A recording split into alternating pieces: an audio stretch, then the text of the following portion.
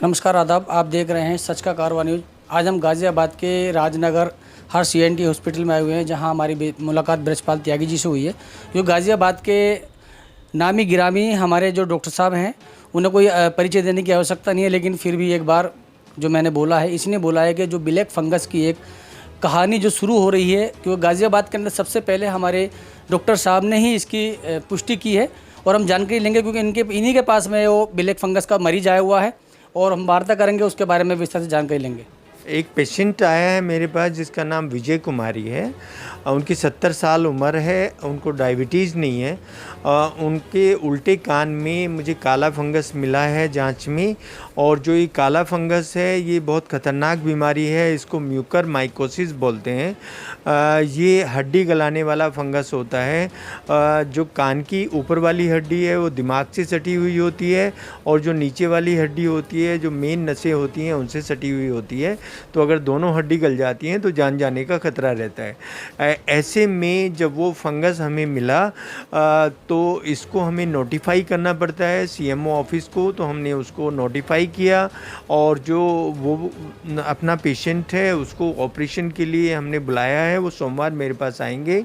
उनका ऑपरेशन करके बार बार सफाई हमें करना पड़ेगा, और एक तरह के इंजेक्शन होते हैं जो फंगस को हटाते हैं। उनको इंजेक्शन एम्फोटेरिसिन भी बोलते हैं। 21 दिन तक वो इंजेक्शन उनको लगेंगे, जो काफ़ी महंगे होते हैं।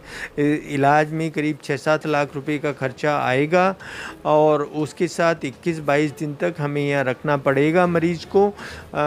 ये एक्सप्लेन करते हुए कि जो काले फंगस हैं उसमें जान जाने का खतरा रहता है। ये जो काला फंगस है कान का, आइसोलेटेड कान में ये अभी जो लिटरेचर बताता है वो ये है कि 10 लाख मरीजों में एक मरीज ऐसा मिलता है जिसके कान में काला फंगस हुआ है। अधिकतर जो फंगस पाया जाता है वो नाक में पाया जाता है, साइनस में पाया जाता है, जबड़े में पाया जाता है, और नाक और साइनस के जरिए आँख में भी जाता हुआ देखा है पोस्ट कोविड एरा में। जो इस तरह का फंगस है ये बहुत ही ख़तरनाक होता है, और इसका इमीडिएटली इलाज करना बहुत ज़रूरी होता है। साहब, आपने बताया इसका जो इंजेक्शन है वो तकरीबन कितनी कीमत का होता है? जो इंजेक्शन है इसका वो 50 मिलीग्राम 6000 का होता है, और इस मरीज़ को कम से कम हमें 3 से 4 ग्राम देना पड़ेगा। ग्राम, वो मिलीग्राम की बात कर रहा हूँ।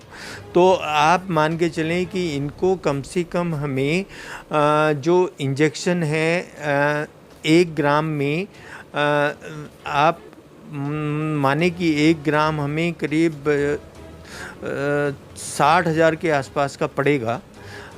तो 3 ग्राम उनको देना है। तो ये करीब 3 लाख के आसपास का होता है। ऑपरेशन जो करते हैं हम उसमें करीब 1 लाख का खर्चा आता है। जो यहाँ रहने का उनका खर्चा है, दूसरी दवाइयों का खर्चा है, वो 2-3 लाख रुपए का आ जाता है। तो सारा मिला के इतना खर्च हो जाता है। डॉक्टर साहब, इसके अंदर जो ब्लैक फंगस आता है, इसकी कुछ उम्र की सीमा है, या किसी बच्चे से लेकर बड़े को किसी को भी हो सकता है?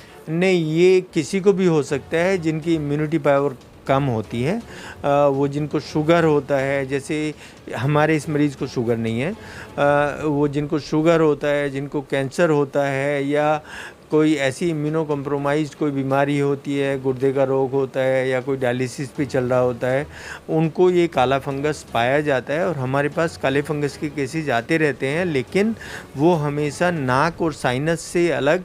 मुझे भी ये अपने कैरियर में पहला केस ऐसा मिला है जो कान में मिला है। डॉक्टर साहब, आप पहले भी चर्चा में रह चुके हैं और फिर दोबारा चर्चा में आने वाले हैं, क्योंकि ब्लैक फंगस की जो आपने पुष्टि की है, मुख्य चिकित्सा अधिकारी यहाँ गाज़ियाबाद के कोई भी नहीं कर पाते, लेकिन आप ही के पास में जो केस आते हैं इसकी थोड़ी सी विस्तार से बताइए। जो हमारे पास केस आते हैं वो इसलिए आ रहे हैं कि जो हमने कोविड एरा में, पोस्ट कोविड एरा में मैक्सिमम काले फंगस के ऑपरेशन मैंने किए थे अपने अस्पताल में, और वो सब डेटा पूरा इंटरनेट पे है।